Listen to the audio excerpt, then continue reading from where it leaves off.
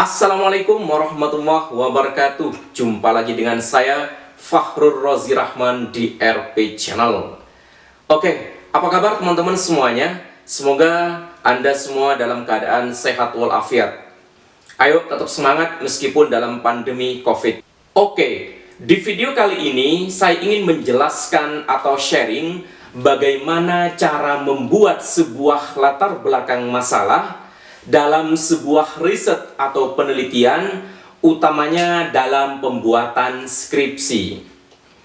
Karena sering saya temui di antara teman-teman mahasiswa masih banyak yang melakukan kesalahan atau isi dari latar belakang masalah yang mereka tulis itu belum sesuai dengan apa yang seharusnya ada di dalam latar belakang masalah. Jadi, yang seharusnya ada di latar belakang masalah itu harusnya memuat alasan rasional dan esensial yang menjadikan penelitian itu menjadi menarik untuk diteliti berdasarkan fakta-fakta, berdasarkan data-data di lapangan, berdasarkan fenomena-fenomena yang ada, berdasarkan problematika. Tetapi tidak cukup menampilkan fakta, menampilkan data, menampilkan fenomena, atau menampilkan problematika. Tetapi dalam pembuatan sebuah latar belakang masalah, itu juga harus diperkuat dengan adanya theoretical problem atau empirical problem. Jadi, problematika atau fenomena yang ada di latar belakang itu harus disandingkan dengan teori-teori atau grand teori yang sesuai dengan variabel yang Anda teliti. Lebih bagusnya lagi ketika dikaitkan atau disandingkan dengan kajian-kajian empiris yang sudah Anda miliki. Jadi, di awal waktu Anda melakukan proses pengajuan judul ke jurusan atau ke kaprodi, biasanya Anda menyetorkan beberapa judul. Kemudian dari beberapa judul itu dipilih satu judul yang di-ACC oleh jurusan atau kaprodi. Biasanya judul yang sudah di-ACC itu harus melampirkan atau didukung dengan beberapa jurnal yang terkait dengan variabel yang Anda teliti. Maka dari itu, di bagian latar belakang itu harus muncul apa sih problematikanya, apa sih sebenarnya fenomenanya, boleh, tetapi harus disandingkan atau dikaitkan dengan grand teori ataupun kajian-kajian empiris. Beberapa expert menyebut harus menampilkan theoretical problem atau empirical problem.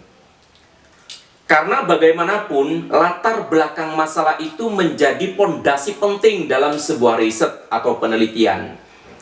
Masih banyak di antara teman-teman mahasiswa bimbingan saya, terutama bimbingan saya, awal-awal bimbingan, setelah saya baca di latar belakang atau bab 1, itu banyak yang hanya sebatas menampilkan hanya sebatas teori-teori aja.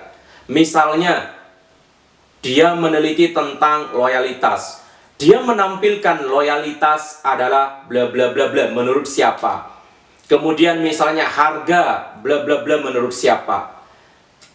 Atau ada juga yang menampilkan beberapa opini, kemudian muncul fenomena atau problematikanya aja, tanpa disandingkan dengan kajian empiris maupun teori. Jadi sekali lagi saya tekankan, di latar belakang itu harus muncul apa sih alasan mendasar, apa sih alasan utama sehingga judul ini diangkat untuk diteliti.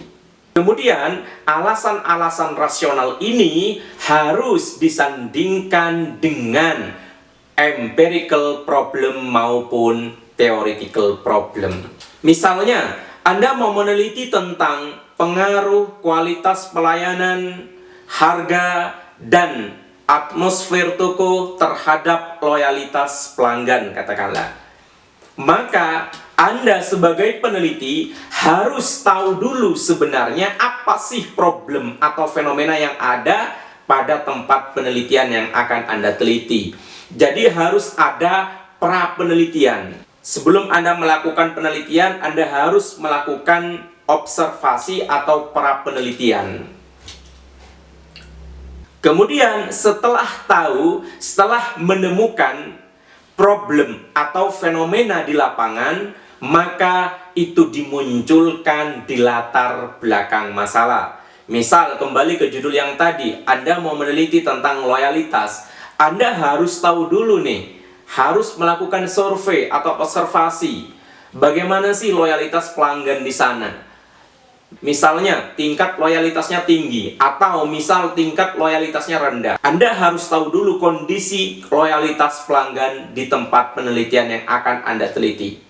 Karena bagaimanapun Anda sebagai peneliti harus memunculkan problematika atau fenomena yang akan Anda teliti. Kalau misalnya nggak ada masalah, kalau misalnya nggak ada problem, nggak ada fenomena, ngapain diteliti? Kan nggak menarik untuk diteliti, buat apa? Atau contoh lain, Anda mau meneliti tentang pengaruh gaya kepemimpinan, motivasi kerja, dan budaya organisasi terhadap kinerja karyawan. Jadi, Anda sebagai peneliti harus tahu dulu kondisi di tempat penelitian yang akan Anda teliti, bagaimana kinerja karyawan di sana. Kalau misalnya nggak ada problem, nggak ada fenomena, kan nggak menarik untuk diteliti.